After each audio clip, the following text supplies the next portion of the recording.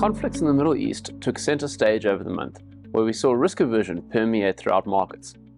Essentially, the Israel-Hamas conflict led to the gold prices surging over the month as investors seeked safe haven demand despite tightening real rates from a monetary policy perspective. Going forward, it's certainly not our base case that this will escalate further into the Middle East such that a third of the global oil supply will be affected. However, it does remain a tail risk that we are watching. Over the month, we saw a US government shutdown being averted as US House Speaker Kevin McCarthy passed a short-term funding bill which will keep fiscal matters afloat until roughly about 17th of November. However, because of such disgruntlement between the Republicans and Democrats, we actually saw the US House Speaker Kevin McCarthy removed from Parliament. This is certainly a first in American politics. However, going forward, if we take a look at the Treasury cash account, that is roughly sitting close to $750 billion. And reviewing the latest Treasury quarterly funding report, there is no intent to deplete these funds to fund fiscal matters going forward. So it will certainly be on our radar in terms of what are the fiscal plans going to be from now until year end and how this is going to transcend into 2024. This will certainly affect the outlook for 2024, inflation dynamics, as well as the cost of funding for the US government. Over the month, we also saw US inflation dynamics starting to re-accelerate. We saw consumer price indexes as well as producer price indexes in the US both accelerate above Bloomberg consensus expectations over the month.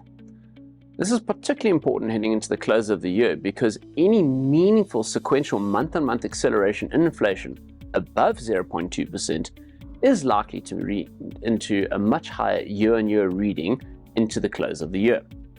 This is important from a monetary policy perspective as the Fed will likely continue to need to signal rates being higher for longer.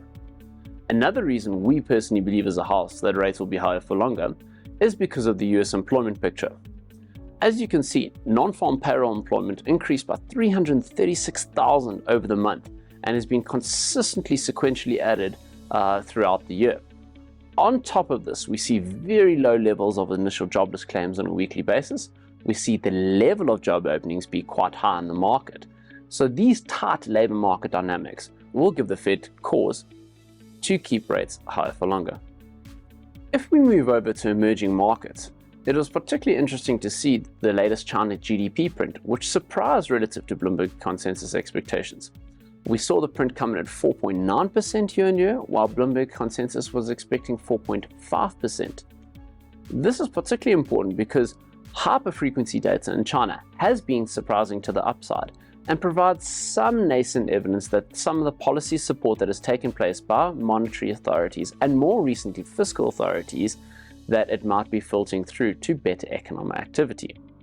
Importantly, from the fiscal front, we saw that the target for the fiscal deficit was actually widened this year to minus 3.8% of GDP from previously forecast minus 3% of GDP due to more fiscal intent and packages being erected from the Chinese government.